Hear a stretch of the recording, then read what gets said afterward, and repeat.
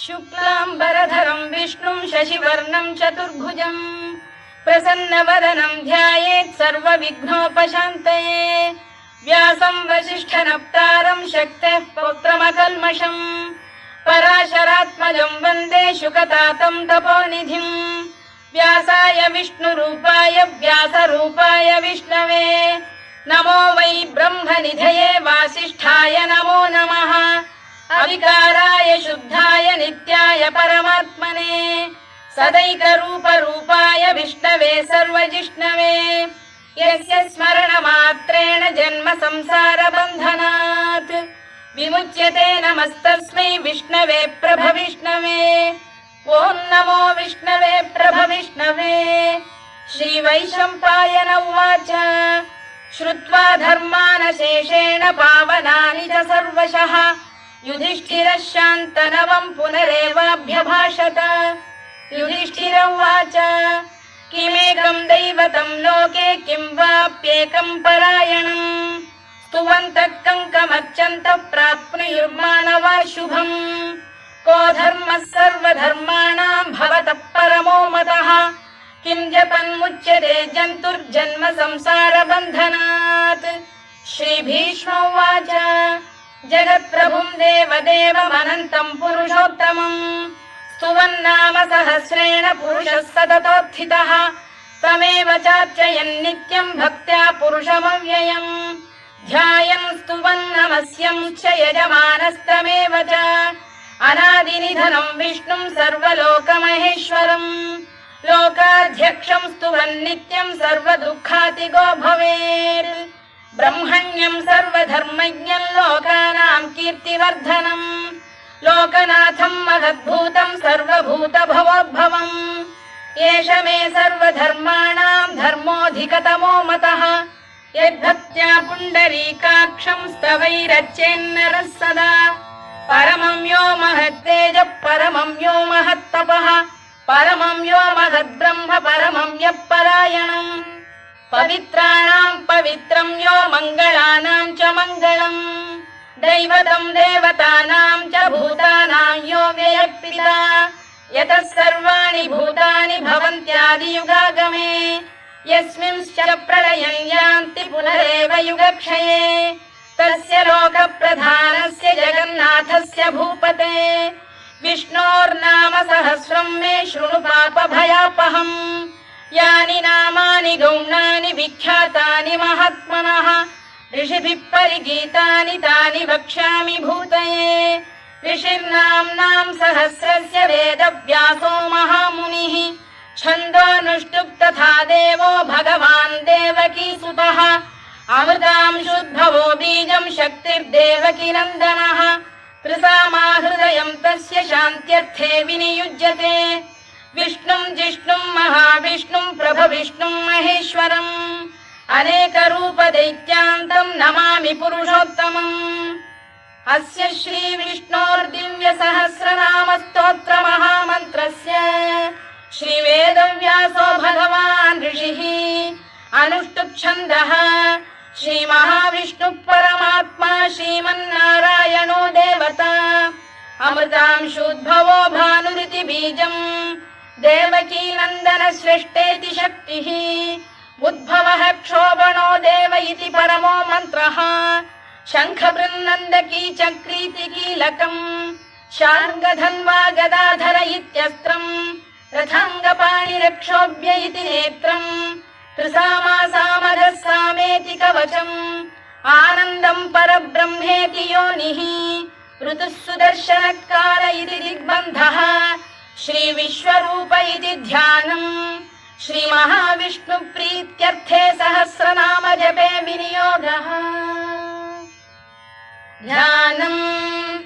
क्षीरोदन्वत्प्रदेशे शुचिमणिविलसत्सैकते मौक्तिकानाम् मालाक्लुप्तासनस्थस्फटिकमणिनिभैर्मौक्तिकैर्मण्डिताङ्गः शुभ्रैरभ्रैरदभ्रैरुपरि विरचितैर्मुक्तपीयूषवर्षैः आनन्दीनः पुनीयादरिनरिन गदा शङ्खपाणिर्मुकुन्दः भूः पादौ यस्य नाभिर्वियलसुरनिलश्चन्द्रसूर्यौ च नेत्रे कर्णावाशा शिरोद्यौर्मुखमपि दहनो यस्य वास्तेयमब्धिः अन्तस्थं यस्य विश्वं सुरनरखगो भोगि गन्धर्व दैत्यैः चित्रं रम्यते तं त्रिभुवन वपुषं विष्णुमीशं नमामि। ॐ नमो भगवते वासुदेवाय। शान्ताकारं भुजगशयनं पद्मनाभं सुरेशं विश्वाधारं गगनसदृशं मेघवर्णं शुभाङ्गम् लक्ष्मीकान्तं कमलनयनं योगिधृध्यानगम्यं वन्दे विष्णुं भवभयहरं सर्वलोकैकनाथम्। मेघश्यामं पीतकौशेयवासं श्रीवत्साङ्कं कौस्तुभोद्भासिताङ्गम् पुण्योपेतं पुण्डरीकायताक्षं विष्णुं वन्दे सर्वलोकैकनाथम्। नमः समस्तभूतानामादिभूताय भूभृते अनेकरूपरूपाय विष्णवे प्रभविष्णवे सशङ्खचक्रं सकिरीटकुण्डलं सपीतवस्त्रं सरसीरुहेक्षणं सहारवक्षस्थलशोभिकौस्तुभं नमामि विष्णुं शिरसा चतुर्भुजम्। छायायां पारिजातस्य हेमसिंहासनोपरि आसीनमम्बुदश्याममायताक्षमलङ्कृतम् चन्द्राननं चतुर्बाहुं श्रीवत्साङ्कितवक्षसम् रुक्मिणी सत्यभामाभ्यां सहितं कृष्णमाश्रये।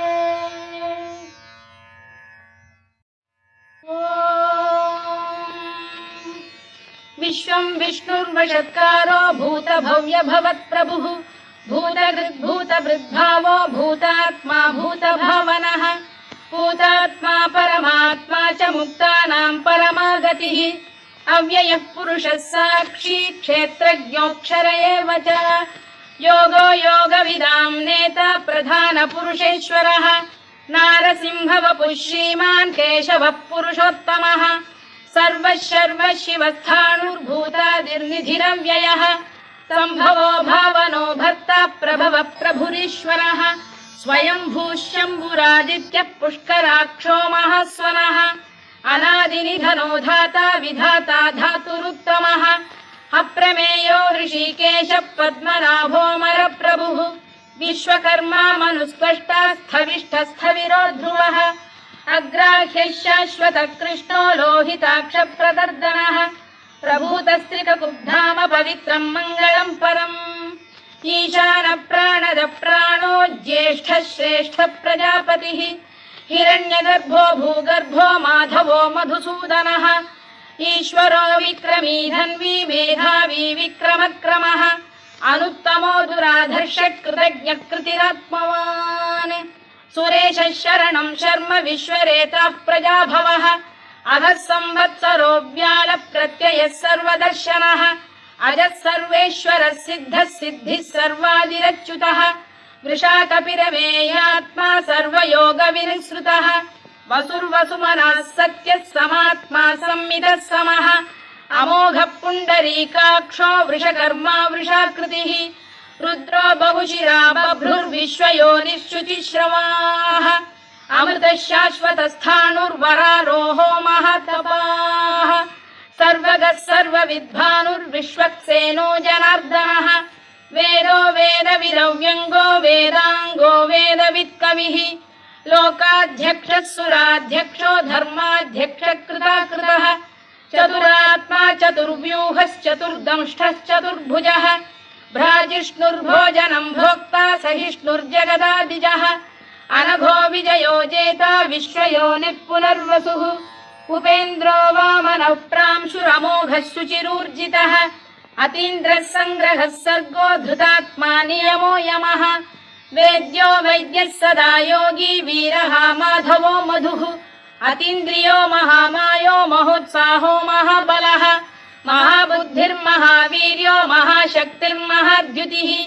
अनिर्देश्य वपुः श्रीमान् अमे आत्मा महाधृधृत् महेश्वासो महीभर्ता श्रीनिवासः सताङ्गतिः अनिरुद्धः सुरानन्दो गोविन्दो गोविदाम्पतिः मरीचिर्दमनो हंसः सुपर्णो भुजगोत्तमः हिरण्यनाभः सुतपाः पद्मनाभः प्रजापतिः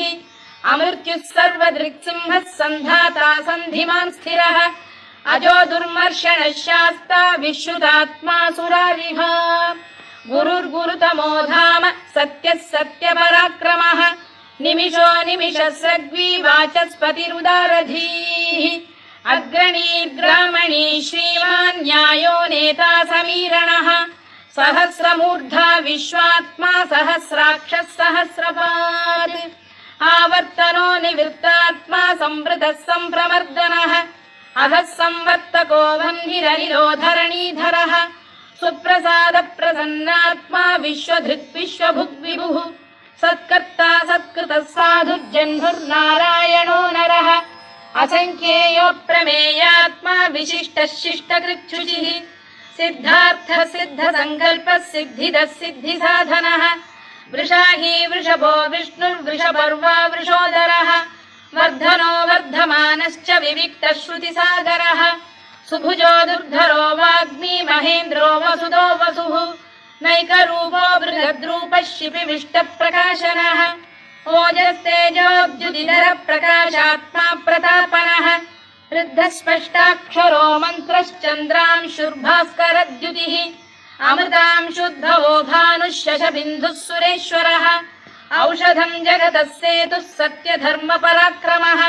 भूतभव्यभवन्नाथः पवनः पावनो नरः कामः कामकृत्कान्तः कामः कामप्रदप्रभुः युगादिकृद्युगावर्तो नैकमायो महाशनः अदृश्यो व्यक्तरूपश्च सहस्रजिदनन्तजित् इष्टो विशिष्टः शिष्टेष्टः शिखण्डी नघुषो वृषः क्रोधः क्रोधकृत्कर्ता विश्वबाहुर्महीधरः अच्युत प्रथितः प्राणदो वासवानुजः अपां निधिरधिष्ठानमप्रमत्त प्रतिष्ठितः स्कन्दधरो धुर्यो वरदो वायुवाहनः वासुदेवो बृहद्भानुरादिदेवः पुरन्दरः अशोकस्तारणस्तारः शूरः शौरिर्जनेश्वरः अनुकूलः शतावर्तः पद्मी पद्मनिभेक्षणः पद्मनाभोरविन्दाक्षः पद्मगर्भः शरीरभृत् महर्धिर्वृद्धो वृद्धात्मा महाक्षो गरुडध्वजः अतुलः शरभो भीमः समयज्ञो हविर्हरिः सर्वलक्षणलक्षण्यो लक्ष्मीवान् समितिञ्जयः विक्षरो रोहितो मार्गो हेतुर्दामोदरः सः महीधरो महाभागो वेगवानमिताशनः उद्भवः क्षोभणो देवः श्रीगर्भः परमेश्वरः कारणं कारणं कर्ता विकर्ता गहनो गुहः व्यवसायो व्यवस्थानः संस्थानस्थानदो ध्रुवः परद्धिः परमस्पष्टः तुष्टः पुष्टः शुभेक्षणः रामो विरामो विरतो मार्गो नेयो नयोनयः वीरः शक्तिमतां श्रेष्ठो धर्मो धर्मविदुत्तमः वैकुण्ठः पुरुषः प्राणद प्रणवपृतुः हिरण्यगर्भः शत्रुघ्नो व्याप्तो वायुरधोक्षजः ऋतुः सुदर्शनकारः परमेष्ठी परिग्रहः उग्रः संवत्सरो दक्षो विश्रामो विश्वदक्षिणः विस्तारस्थावरस्थाणुः प्रमाणं बीजमव्ययम् अर्थोऽनर्थो महाकोशो महाभोगो महाधनः अनिर्विण्णस्थविष्ठो भूर्धर्मयूपो महामखः नक्षत्रनेमिर्नक्षत्री क्षमः क्षामः समीहनः यज्ञयुज्यो महेज्यश्च क्रतुः सत्रं सदां गतिः सर्वदर्शी विमुक्तात्मा सर्वज्ञो ज्ञानमुत्तमम् सुव्रतः सुमुखः सूक्ष्मः सुघोषः सुखदः सुहृद् मनोहरो जितक्रोधो वीरबाहुर्विदारणः स्वापनः स्ववशो व्यापी नैकात्मा नैककर्मकृत् वत्सरो वत्सी रत्नगर्भोधनेश्वरः धर्मकृद्धर्मी सदसक्षरमक्षरम् अविज्ञाता सहस्रांशुर्विधाता कृतलक्षणः गभस्तिनेमिः सप्तस्तः सिंहो भूतमहेश्वरः आदिदेवो महादेवो देवेशो देवभृद्गुरुः उत्तरो गोपतिर्गोप्ता ज्ञानगम्यः पुरातनः शरीरभूतभृद्भोक्ता कपीन्द्रो भूरि दक्षिणः सोमपोऽमृतपः सोमः पुरुजित् पुरुषत्तमः विनयो जयः सत्यसन्धो दाशार्हः सात्वतां पतिः जीवो विनयिता साक्षी मुकुन्दो मितविक्रमः अम्भोनिधिरनन्तात्मा महोदधिशयोऽन्तकः अजो महार्घ स्वाभाव्यो जितामित्रप्रमोदनः आनन्दो नन्दनो नन्दः सत्यधर्मात्रिविक्रमः महर्षिः कपिलाचार्यः कृतज्ञो मेदिनीपतिः त्रिपदस्त्रिदशाध्यक्षो महाशृङ्गकृतान्तकृत् महावराहो गोविन्दः सुषेणः कनकाङ्गनी गुह्यो गभीरो गहनो गुप्तश्चक्रगदाधरः मेधास्वाङ्गो जितकृष्णो दृढः सङ्कर्षणोच्युतः वरुणो वारुणो वृक्षः पुष्कराक्षो महामनाः भगवान् भगहानन्दी वनमाली हलायुधः आदित्यो ज्योतिरादित्यः सहिष्णुर्गतिसत्तमः सुधन्वाखण्ड परशुर्दारुणो द्रविणप्रदः दिवस्पृक् सर्वदृग्व्यासो वाचस्पतिरयो निजः त्रिसामासामगः साम निर्वाणम् भेषजम् भिषज सन्न्यासकृच्छमशान्तो निष्ठा शान्तिः परायणम् शुभाङ्गः शान्तिदः स्रष्टा कुमुदः कुवलेशयः गोहितो गोपतिर्गोप्ता वृषभाक्षो वृषप्रियः अनिवर्ती निवृत्तात्मा संक्षेप्ताक्षेमकृत् शिवः श्रीवत्सवक्षः श्रीवासः श्रीपतिः श्रीमताम्बरः श्रीधः श्रीशः श्रीनिवासः श्रीनिधिः श्रीविभावनः श्रीधर श्रीकर श्रेयः श्रीमान् लोकत्रयाश्रयः स्वक्षः स्वङ्गः शतानन्दो नन्दिर्ज्योतिर्गणेश्वरः विजितात्मा विधेयात्मा सत्कीर्तिश्चिन्न संशयः उदीर्णः सर्वतश्चक्षुरनीशः शाश्वतः स्थिरः भूषयो भूषणो भूतिर्विशोकः शोकनाशनः अर्चिष्मानर्चितः कुम्भो विशुद्धात्मा विशोधनः अनिरुद्धो प्रतिरथ प्रद्युम्नो मितविक्रमः कालनेमिनिः वीरः शौरिः शूरजनेश्वरः त्रिलोकात्मा त्रिलोकेशः केशवः केशिहा हरिः कामदेवः कामपालः कामी कान्तकृतागमः अनिर्देश्य वपुर्विष्णुर्वीरोऽनन्तो धनञ्जयः ब्रह्मण्यो ब्रह्मकृद्ब्रह्मा ब्रह्म ब्रह्मविवर्धनः ब्रह्मविब्राह्मणो ब्रह्मी ब्रह्मज्ञो ब्राह्मणप्रियः महाकमो महाकर्मा महातेजा महोरगः महाक्रतुर्महायज्वा महायज्ञो महाहविः स्तव्यस्तव प्रियस्तोत्रम् स्तुतिस्तोतारणप्रियः पूर्णः पूरयिता पुण्यः पुण्यकीर्तिरनामयः मनोजवस्तीर्थकरो वसुरेता वसुप्रदः वसुप्रदो वासुदेवो वसुर्वसुमनाहविः सद्गतिः सत्कृतिः सत्ता सद्भूतिः सत्परायणः शूरसेनो यदुश्रेष्ठः सन्निवासः सुयामुनः भूतावासो वासुदेवः सर्वासु निलयो नलः दर्पः दर्पदो दृप्तो दुर्धरोऽथा पराजितः विश्वमूर्तिर्महामूर्तिर्दीप्तमूर्तिरमूर्तिमान् अनेकमूर्तिरव्यक्तः शतमूर्तिः शताननः एकोनैकः स वक्र किं यत्तत्पदमनुत्तमम् लोकबन्धुर्लोकनाथो माधवो भक्तवत्सलः सुवर्णवर्णो हेमाङ्गो वराङ्गश्चन्दनाङ्गदी वीरः विषमः शून्यो घृता क्षीरचरश्चरः अमानी मानदो मान्यो लोकस्वामी त्रिलोकधृत् सुमेधा मेधजो धन्यः सत्यमेधाधराधरः तेजो वृषोद्युतिधरः सर्वशत्रभृताम्बरः प्रग्रहो निग्रहो व्यग्रो नैकशृङ्गो गदाग्रजः चतुर्मूर्तिश्चतुर्बाहुश्चतुर्व्यूहश्चतुर्गतिः चतुरात्मा चतुर्भावश्चतुर्वेदविदेकपात् समावर्तो निवृत्तात्मा दुर्जयो दुरतिक्रमः दुर्लभो दुर्गमो दुर्गो दुरावासो दुरारिः शुभाङ्गो लोकसारङ्गः स्तुतन्तु वर्धनः इन्द्रकर्मा महाकर्मा कृतकर्मा कृतागमः उद्भवः सुन्दरः सुन्दो रत्ननाभः सुलोचनः अर्को वाजसनः शृङ्गी जयन्तः सर्वविजयी सुवर्णबिन्दुरक्षोभ्यः सर्ववागीश्वरेश्वरः महाह्रदो महागर्तो महाभूतो महानिधिः कुमुदः कुन्दरः कुन्दः पर्जन्यः पावनो निलः अमृताशोऽमृतवपुः सर्वज्ञः सर्वतोमुखः सुलभः सुव्रतः सिद्धः शत्रुजिच्छत्रुतापनः न्यग्रोधोदुम्बरोश्चतश्चाणूरान्ध्रैषूदनः सहस्रार्चिः सप्तजिह्वः सप्तैधा सप्तवाहनः अमूर्तिरनघोचिन्त्यो भयकृद्भयनाशनः अणुबृहत्कृशस्थूलो गुणभृन्निर्गुणो महान् अधृतस्वधृतस्वास्य प्राग्वंशो वंशवर्धनः धारभृत्कथितो योगी योगीशः सर्वकामदः आश्रमश्रमणः क्षामः सुपर्णो वायुवाहनः धनुर्धरो धनुर्वेदो दण्डो दमयिता दमः अपराजितः सर्वसहो नियन्ता नियमो यमः सत्त्ववान् सात्विकः सत्यः सत्यधर्मपरायणः अभिप्रायप्रियार्होः प्रियकृत्प्रीतिवर्धनः विहाय सगतिर्ज्योतिः सुरुचिर्पुतभुग्विभुः रविर्विरोचनः सूर्यः सविता रविलोचनः अनन्तो हुतभुग्भोक्ता सुखदो नैकजोऽग्रजः अनिर्विण्णः सदामर्षी लोकाधिष्ठानमद्भुतः सनातनतमः कपिलः कपिरव्ययः स्वस्तिदः स्वस्तिकृत् स्वस्ति स्वस्ति भुक् स्वस्ति दक्षिणः आरौद्रः कुण्डली चक्री विक्रम्यूर्जितशासनः शब्दातिगः शब्दसः शिशिरः शर्वरीकरः अक्रूरपेशलो दक्षो दक्षिणः क्षमिणां वरः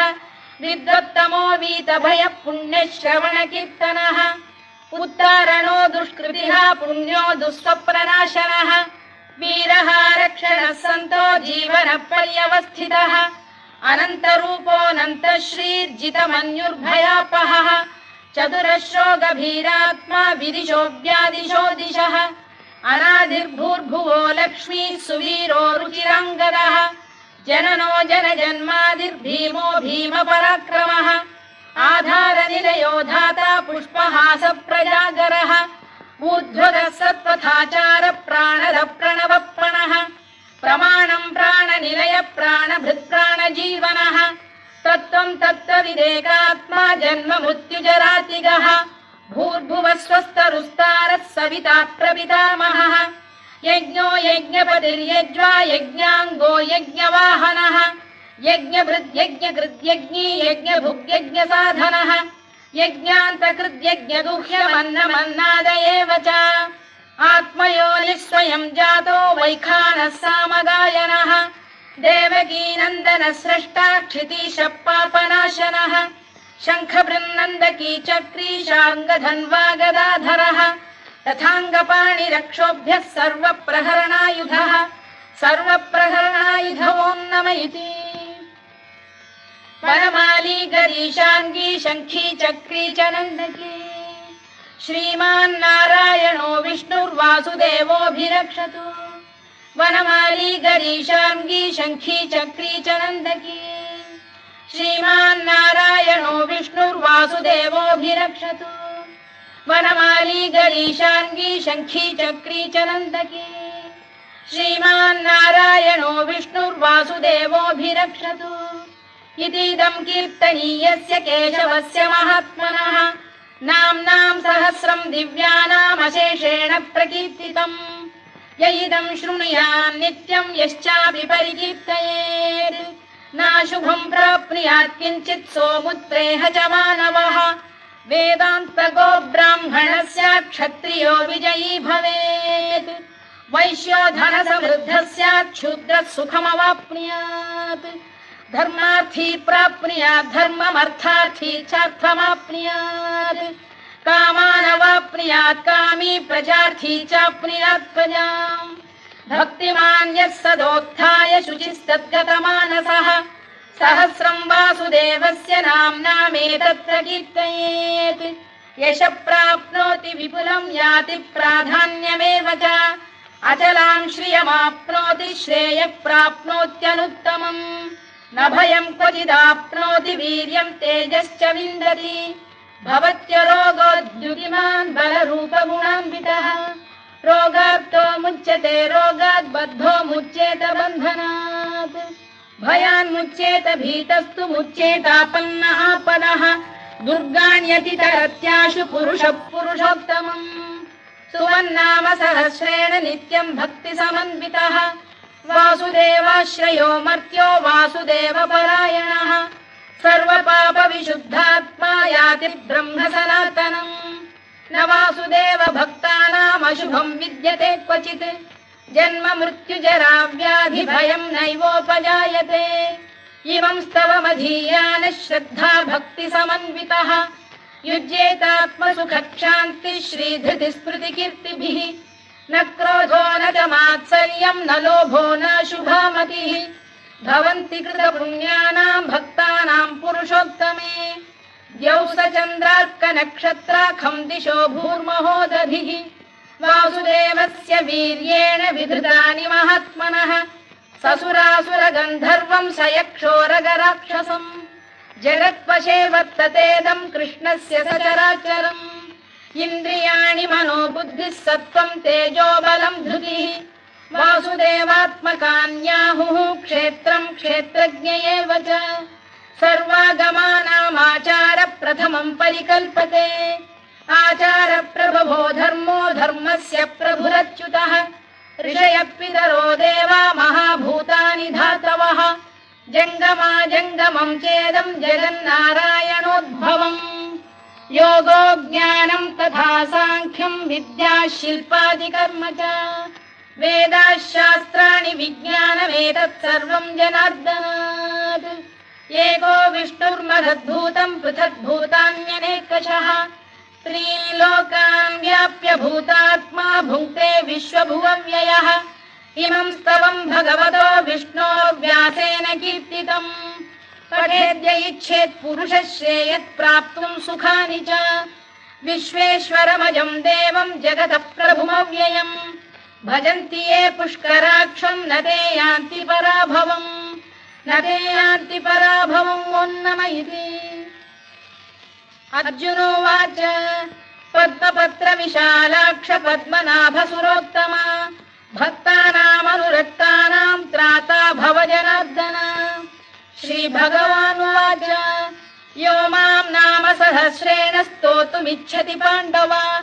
सोऽहमेकेन श्लोकेन स्तुत एव न संशयः स्तुत एव न संशयोन्नम इति व्यास उवाच वासनाद्वासुदेवस्य वासितम् भुवनत्रयम् सर्वभूतनिवासोऽसि वासुदेव नमोऽस्तु ते वासुदेव नमोऽस्तु ते ओन्नम इति पार्वत्युवाच केनोपायेन लघुना विष्णोर्नाम सहस्रकम् पठ्यते पण्डितैर्नित्यम् श्रोतुमिच्छाम्यहम् प्रभो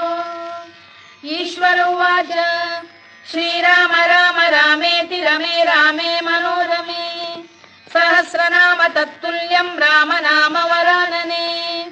श्रीराम राम रामेति रमे रामे मनोरमे सहस्रनाम तत्तुल्यम् राम नाम वरानने श्रीराम राम रामेति रमे रामे मनोरमे सहस्रनाम तत्तुल्यम् राम नाम वरानने राम नाम वरानन ओन्नम इति ब्रह्मोवाच नमोऽस्त्वनन्ताय सहस्रमूर्तये सहस्रपादाक्षि शिरोरुबाहवे सहस्रनाम्ने पुरुषाय शाश्वते सहस्रकोटियुगधारिणे नमः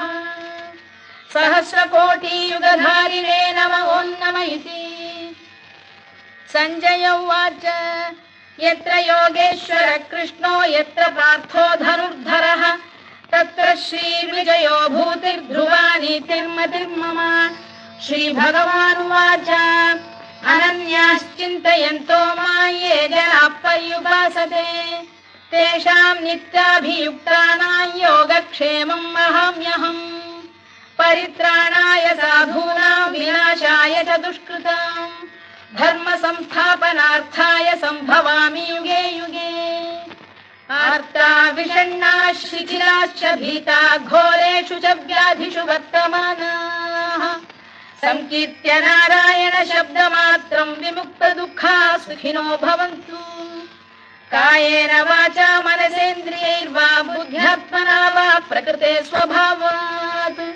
करोमि यद्यत् सकलम् परस्मै नारायणायेति समर्पयामि।